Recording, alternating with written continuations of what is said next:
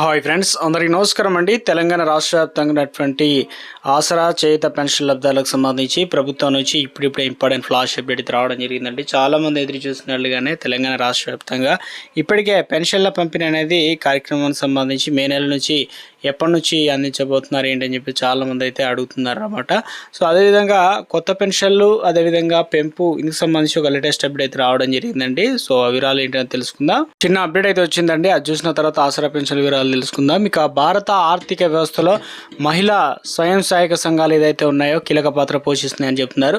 గ్రామీణాల్లోనూ పట్టణ ప్రాంతాల్లోనూ మహిళలను ఆర్థికంగా బలోపేతం చేసేందుకు ప్రభుత్వం, బ్యాంకులు నిరంతరం ప్రయత్నం చేస్తున్నారని చెప్తున్నారు. ఇందులో వచ్చేసి దాదాపుగా ఇండియన్ ఎంఎస్ఎంఈస్ అంటే సాక్షి అంటే ఒక పథకం అనమాట. దీనిలో భాగంగా 4 లక్షల వరకు అయితే రుణాలు అయితే అందజేస్తున్నారు. ఇందుకు సంబంధించి ఇండియన్ బ్యాంక్ ప్రత్యేకంగా డ్వాక్రా మహిళల కోసం రూపొందించిన పథకమే ఈ పథకం అనమాట. ఇందులో ఆసక్తి గల వారు వ్యాపారం చేయాలన్నా, పెట్టుబడి లేక ఇబ్బందులకు చూసిన మహిళలందరికీ కూడా గొప్ప అవకాశాన్ని అయితే చేసుకోవచ్చు అనమాట. తయారీ రంగం, సేవా రంగం లేదా వ్యాపారాల్లో పెట్టుబడి లోన్ కోసం చూసిన వారు ఇక రుణం ఎంత లభిస్తుందనే దానిపైన కూడా అర్హులున్న వారందరికీ 10,000 స్టార్టింగ్ 4 లక్షల వరకు అయితే అందించడం జరుగుతుంది. అంటే చిన్న మొత్తాల నుంచి పెద్ద మొత్తాల వరకు ఎవరు అర్హులు ఏంటంటే దరఖాస్తు చేసుకోవడానికి తప్పనిసరిగా ఇక ఏదైతే డ్వాక్రా సంఘంలో సభ్యురాలు అయి ఉండాలో, దాంతోపాటు రుణాలు చెల్లిస్తున్న ట్రాక్ రికార్డు కూడా మంచిగా ఉండాలన్నమాట. అదేవిధంగా 18 నుంచి 65 సంవత్సరాల లోపు మహిళలకు సంబంధించి దరఖాస్తు చేసుకునే అవకాశం ఇచ్చారు. ఆ దరఖాస్తులో 650 కంటే ఎక్కువ సివిల్ స్కోర్ కూడా ఉండడం చాలా మంచిది అనమాట. సో వడ్డీ రేట్లు అనేది ఖర్చులు ఈ రకంగా అయితే ఉన్నట్టు చెప్తున్నారు. సో మొత్తానికి అయితే రెపో రేట్ అనేది 3.60% మాత్రమే. రుణానికి సంబంధించి ఇలాంటి ప్రాసెసింగ్ ఫీజులను చెల్లించే అవసరం లేదని కూడా చెప్తున్నారు అనమాట. సో మొత్తానికి ఇక తిరిగి చెల్లించే కాలం పరిమితి కూడా రుణం పొందిన మహిళలు తిరిగి చెల్లించడానికి గరిష్టంగా 60 నెలల సమయం అయితే ఇస్తారు. దీంతోపాటు వ్యాపారం నిలదొక్కుకోవడానికి కొంతకాలం మారిటోరియం పీరియడ్ కూడా సదుపాయం కూడా అందుబాటులోకి అయితే ఉంటుందని చెప్తున్నారు.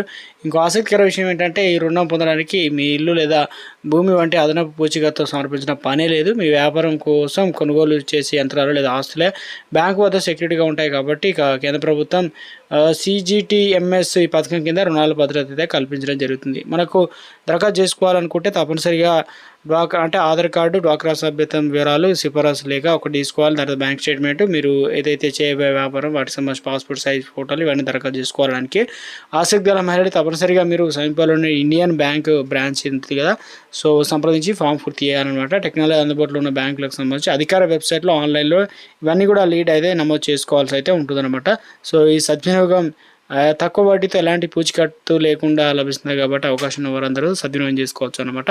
సో అప్డేట్ అనేది ఇవ్వడం జరిగిందండి. తెలంగాణ రాష్ట్రంలో ఏదైతే ఆసరా పెన్షన్లు పొందుతున్నటువంటి లబ్ధాలకు సంబంధించి చూసుకున్నట్లయితే సో ఇప్పటికే మనకు ఏప్రిల్ నెలకు సంబంధించి పెన్షన్లు అనేది కంప్లీట్ చేశారని చెప్తున్నారు. ఇప్పుడు మే నెలకు సంబంధించి చాలామంది అయితే ఎదురు చూస్తున్నారు. మాకు పెన్షన్లు ఎప్పటి నుంచి అందిస్తారు, అసలు పెన్షన్లు ఇస్తారా ఇవ్వరా, ఎందుకు ఇంత లేట్ చేస్తున్నారు. అదేవిధంగా తెలంగాణ రాష్ట్ర వ్యాప్తంగా ప్రభుత్వం ప్రతి నెల కూడా పెన్షన్లు పంపిణీ చేస్తామనే విధంగా చెప్తున్నారు కానీ కొత్త పెన్షన్లు. సో అదేవిధంగా ఏదైతే పెన్షన్ల పెంపు కూడా ఉండబోతున్నట్లు కూడా తాజాగా అప్డేట్స్ అయితే రావడం జరిగింది కదా. సో ఇప్పుడు ఏం చేస్తున్నారంటే ముఖ్యంగా ఆసరా పెన్షన్లకు సంబంధించి పెన్షన్ల కోసం ప్రభుత్వం చేపట్టినటువంటి లైవ్నెస్ వెరిఫికేషన్ అయితే కూడా స్టార్ట్ చేశారనమాట. సో అటువంటి వారికి మాత్రమే ఇలా కంప్లీట్ చేసిన వారికి పెన్షన్లు అయితే ఇవ్వడం జరుగుతుంది. ఇందులో వచ్చేసి మొదటగా ఎవరి పెన్షన్లు తొలగిస్తారు ఏంటంటే మే 15 నుంచి స్టార్ట్ చేసుకున్నట్లయితే జూన్ 15 తారీఖు వరకు ఇది కంప్లీట్ ప్రాసెస్ అయితే నడుస్తుందన్నమాట. సో మరణించిన వారి పేర్లను ఫస్ట్ స్టేజ్లో అయితే తొలగించడం జరుగుతుంది. అనర్హులను ఏరివేయడం అంటే వయసు నిర్ధారణ, అదేవిధంగా వైకల్యం లేకపోయినా ఇక అన్ని రకాల కేటగిరీ వారికి అయితే నిర్ధారణ చేసి ఇక ఎంక్వైరీ అయితే చేస్తున్నారనమాట. ఒకటి ముఖ్యంగా ఫేస్ అథెంటికేషన్ ద్వారా మాత్రమే విఫలమైతే ఫింగర్ ప్రింట్ స్కానింగ్ చేసి ఉపయోగిస్తారు కదా, అలా కాకుండా కొత్త విధానం తీసుకొచ్చే ప్రయత్నం చేశారు. ఇంటింటి సర్వే జరుగుతుంది. అది వృద్ధులు, మంచన పడిన వారు సైతం దివ్యాంగుల కోసం ఇంటిగా నేరుగా వచ్చి వారి సర్వే అయితే నిర్వహిస్తారని చెప్తున్నారు. ప్రభుత్వ ఎంక్వైరీ కోసం ప్రత్యేక గ్రామ పంచాయతీలు, అదే వార్డు కార్యాలయాలు, మున్సిపల్ కార్యాలయాలు అయితే ఉన్నాయని చెప్తున్నారు. సో ఇక ముఖ్యంగా చూసుకున్నట్లయితే ఉదాహరణకు ఎవరైనా అనారోగ్యంతో బాధపడుతున్నట్లయితే వారు ఫేస్ రికగ్నిషన్ ద్వారా లేదంటే ఫింగర్ ప్రింట్స్తో ప్రత్యేకంగా అధికారుల ద్వారా ఇప్పుడు అలా కాకుండా ఒక యాప్ అనేది తీసుకొచ్చారన్నమాట. మొదటి దశలో వచ్చేసి 43 లక్షల మంది పరిశీలన అయితే చేయబోతున్నట్లు ఒక అప్డేట్ అనేది ఇవ్వడం అయితే జరిగిందనమాట. సో మొత్తం మీద అయితే రాష్ట్ర వ్యాప్తంగా పింఛన్లకు సంబంధించిన పెంపు అనేది చాలా కీలకంగా మారింది కాబట్టి సో ప్రభుత్వం నుంచి ఈ నెల దాదాపుగా 21 నుంచే మనకు 500 రూపాయలు పెంచి అయితే ఇవ్వబోతున్నారంటూ తాజాగా అప్డేట్స్ అయితే రావడం జరిగిందనమాట.